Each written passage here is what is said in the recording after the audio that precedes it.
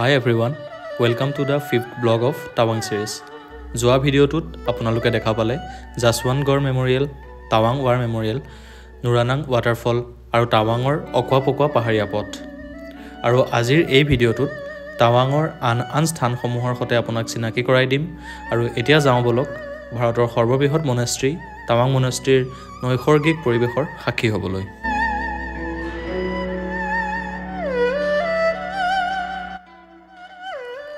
ভাৰতৰ সৰ্ববৃহৎ মনেষ্ট্ৰী হিচাপে স্বাক্ষৰ বহন কৰা টাৱাং মনেষ্ট্ৰীৰ প্ৰতিষ্ঠাপক আছিল মেৰাক লামা লড্ৰে।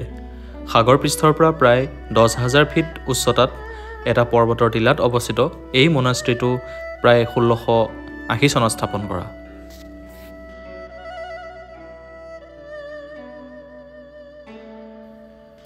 মনাষ্ট্ৰীটোৰ বাওঁহাতে সোমাই আহিয়ে এটা পুৰণা গৃহ দেখা পোৱা যায় আৰু এই ঘৰটোৰ ভিতৰত এটা চকাত পাহাৰৰ ওপৰৰ পৰা অহা পানীক এনেদৰে ঘূৰাই বেলেগ দিশত লৈ যোৱা যায়। ইয়াৰ কি মহত্ব আছে এই বিষয়ে মই জ্ঞাত নহয়, যদি আপুনি জানে তেন্তে কমেণ্টত প্লিজ জনাব। আৰু এই মনাষ্ট্ৰীটো ইতিহাসত যথেষ্ট সৰু আছিল, কিন্তু সময়ৰ পাকচক্ৰত ইয়াৰ মাটিকালি বৃদ্ধি হৈ আজি এটা বৃহৎ মনাষ্ট্ৰী হিচাপে ই পৰিগণিত হৈছে।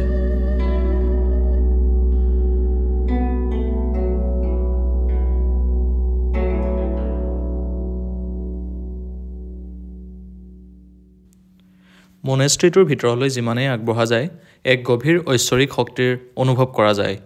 হয়তো এয়া বছৰ বছৰ ধৰি প্ৰজন্মৰ পৰা প্ৰজন্ম বুদ্ধ ধৰ্মৰ সাধুসকলে কৰি অহা তপস্যাৰ ফল।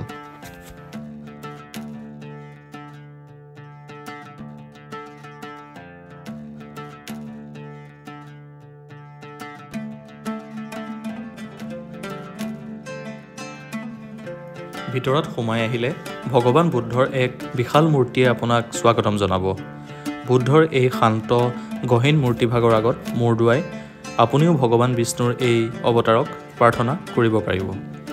আৰু ইয়াৰ পাছত আপুনি ওপৰ মহলালৈ গৈ বুদ্ধ ধৰ্মৰ আন কলা সংস্কৃতিসমূহক ওচৰৰ পৰা পৰ্যবেক্ষণ কৰিব পাৰিব।